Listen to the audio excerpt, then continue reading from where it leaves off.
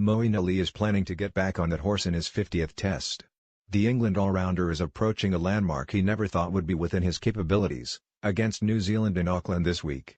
He does so, however, with much to prove after his miserable Ashes with bat and ball this winter. England's high hopes were dashed as remorseless Australia surged to an emphatic 4-0 victory, and Moeen's unexpected struggles were emblematic of a hugely disappointing campaign for Joe Root's tourists. Moeen cannot hide from statistics which will etch out an eternity that he simply did not do himself justice in Australia. His 5 wickets cost 115 runs each, and with the bat he mustered 179 at a sub-20 average. Numbers which are a sad reflection of how far he fell short of his own established standards. Moeen nonetheless believes, after improved one-day international returns against Australia and New Zealand over the past 2 months, that he can demonstrate the Ashes were merely a high-profile blip. "You've got to get back on that horse and try your best, and almost forget about the bad days if you can," he said. "The Ashes were quite tough for me, and the one-dayers came at a good time. I feel like my confidence is slowly getting back." Obviously, you lose your confidence from such a bad tour as a team, not just as an individual. I'm sure there's quite a lot of the guys wanting to put that right. Moeen will be unhampered for his recovery mission, because he is adamant there is nothing wrong with the spinning finger, which is once again showing signs of wear and tear from the Kookaburra seam, but is not preventing him bowling at his best as it did in the Ashes.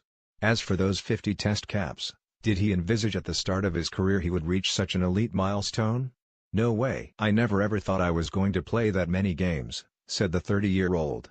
"Even when I got 25, I thought 50 seemed like a long way. This week will be an amazing feeling.